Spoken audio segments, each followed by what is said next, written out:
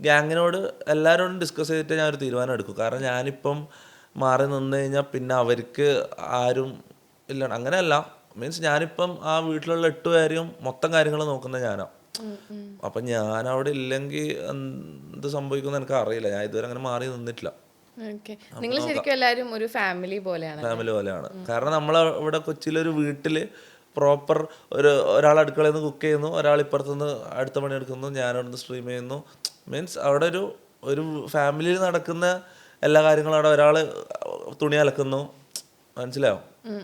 ഒരു ഫീമെയിൽ അവിടെ ഇല്ലാന്ന് മാത്രമേ ഉള്ളൂ, ബാക്കിയെല്ലാം ഒരു ഫാമിലി പോലെ അവിടെ നടക്കുന്നുണ്ട്.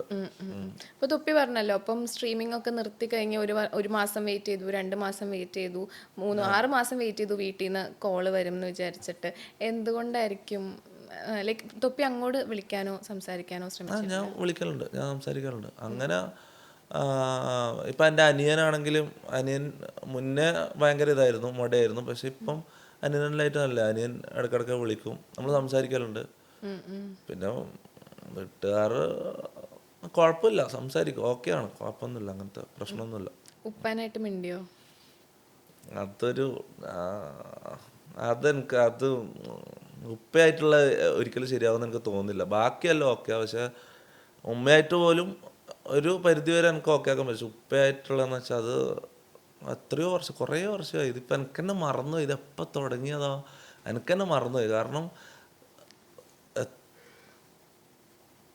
സൗണ്ട് തന്നെ ഞാൻ മറന്നുപോയി സത്യം പറഞ്ഞാൽ. ഞാൻ സൗണ്ട് തന്നെ മറന്നുപോയി പുള്ളീൻ്റെ. കാര്യം അത്രയും കാലമായി സംസാരിച്ചിട്ട്, മനസ്സിലാവും.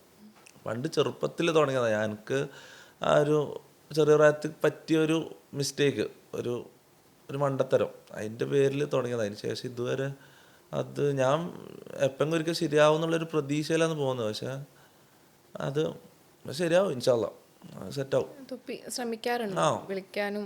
ഞാൻ ശ്രമിക്കാത്തത്, ഞാൻ മാക്സിമം എൻ്റെ എല്ലാം എനിക്ക് ചെയ്യേണ്ടതെല്ലാം ഞാൻ മാക്സിമം ട്രൈ ചെയ്ത് എല്ലാം മാക്സിമം ചെയ്യുന്നുണ്ട്, മനസ്സിലാവും. ഓക്കെ. അപ്പം നമ്മൾ തൊപ്പിയുടെ ഫസ്റ്റ് ഇൻ്റർവ്യൂ കണ്ട സമയത്ത് നമുക്ക് മനസ്സിലായി ലൈക്ക് ഉമ്മാൻ ഒരുപാട് സ്നേഹിക്കുന്ന മോനാണെന്നൊക്കെ. അപ്പം ഉമ്മാൻ എത്രത്തോളം മിസ് ചെയ്യുന്നുണ്ട്? ഇതിനെങ്കിലും ഇമോഷണൽ ക്വസ്റ്റ്യൻസ്. ഉമ്മാനെ മിസ് ചെയ്യുന്നുണ്ട്. ഞാൻ ഉമ്മാനെ കാണലുണ്ട്. ഞാൻ ഉമ്മാനെ ഇപ്പം ഒരു 4 ദിവസം മുന്നേ വരെ കണ്ടതാണ് ഞാൻ. പക്ഷേ ആരും ഇല്ലാത്ത സമയത്ത് മാത്രം ഞാൻ വീട്ടിൽ ആരും അറിയാണ്ട് പോയി ഉമ്മാനെ കാണും, തിരിച്ചു വരും. അങ്ങനെ പൊതുവെ ഞാൻ അങ്ങനെ ഒരു മാസത്തിലൊരിക്കുക, അല്ലെങ്കിൽ 2 മാസത്തിലൊരിക്കുക, ചിലപ്പോൾ 3 മാസത്തിലൊരിക്കലായിരിക്കും. ഇപ്പം ലാസ്റ്റ് കണ്ടത് ഒരു 4 ദിവസം മുന്നേ, എത്രയായി, 4-5 ദിവസം മുന്നെയാണ് അവസാനം കണ്ടത്.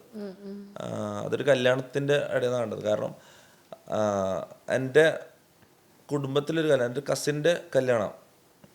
പക്ഷെ എന്നെ വിളിച്ചില്ല. മീൻസ് ഞാനുമായിട്ട് ഇതില്ല, എല്ലാവർക്കും ഫാമിലിക്കാർക്കും അങ്ങനെ അവരിത് പറയുന്നതല്ല കേട്ടോ. അങ്ങനെ ഞാൻ അവരുമായിട്ട് ആരുമായിട്ട് ഇതില്ല, കോണ്ടാക്ട് ഇല്ല. എനിക്ക് എൻ്റെ ഉമ്മാനെ കാണണം, തിരിച്ചു വരണം, അത്രേ ഉള്ളൂ എനിക്ക്. അപ്പം ഞാനിത് അറിയില്ല, ഇങ്ങനെ ഒരു കല്യാണം അവിടെ നടക്കുന്നുണ്ട്, എൻ്റെ കസിൻ്റെ കല്യാണമെന്ന് എനിക്കറിയില്ല.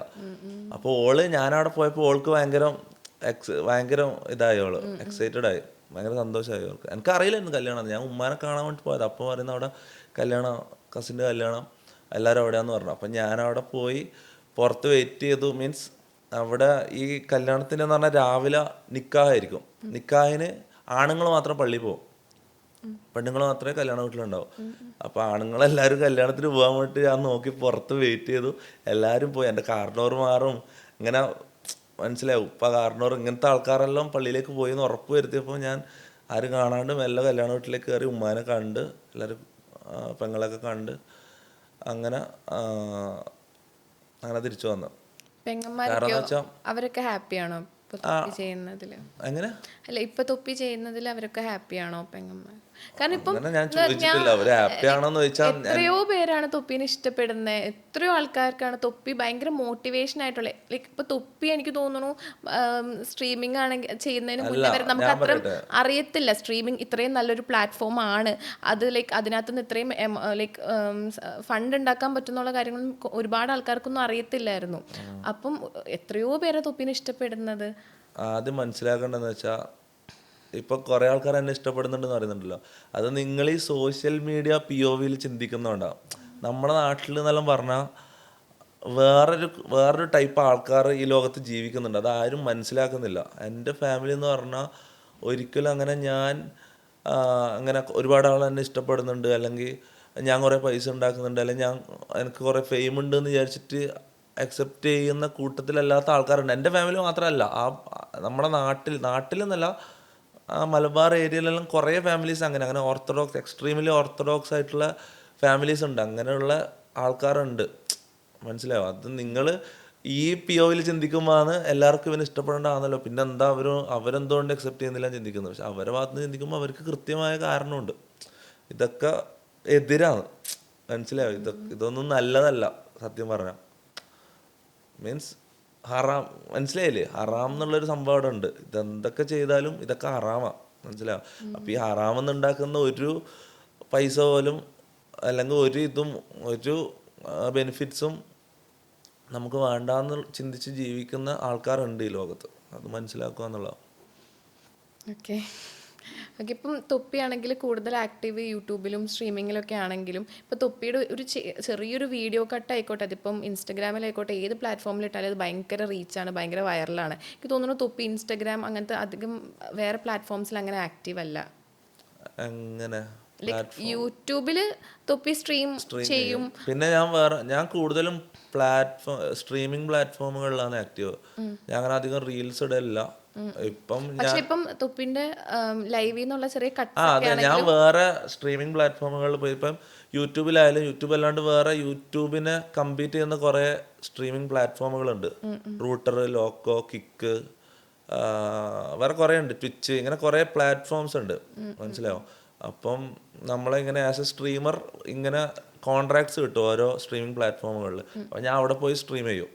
അപ്പോൾ അതിൽ നിന്ന് വന്ന് കാണുന്ന വ്യൂവേഴ്സ് കട്ട് ചെയ്തിട്ട് എൻ്റെ കട്ടിങ്സ് എടുത്ത് ഇൻസ്റ്റയിലും ടിക്ടോക്കിൽ ഇതിലൊക്കെ ഇടുന്നതാണ്. അല്ലാണ്ട് ഞാൻ ഇതൊന്നും ഉപയോഗിക്കില്ല. ഞാൻ ഈ ഇൻസ്റ്റയോ ഇപ്പം റീസെൻ്റ് ആയിട്ടാണ് ഞാൻ 1-2 റീൽസ് ഇടാൻ തുടങ്ങിയത്. അതും ഞാൻ കുറച്ച് ആൾക്കാരെ ഹയർ ചെയ്ത്, ഇങ്ങനെ മാനേജിങ് ടീമിനെ ഹയർ ചെയ്തപ്പം അവരെന്നെ എടുത്ത് ഇടുന്നതാണ്. അല്ലാണ്ട് ഞാൻ കംപ്ലീറ്റ്ലി ഞാൻ സ്ട്രീമോ മാത്രമേ ചെയ്യുള്ളൂ, അല്ലെങ്കിൽ വ്ളോഗോ സ്ട്രീമോ മാത്രമേ ഞാൻ ചെയ്യുള്ളൂ. ഞാൻ ഈ റീൽസോ ഈ പരിപാടിയൊന്നും ഞാൻ ചെയ്യലില്ല പൊതുവെ.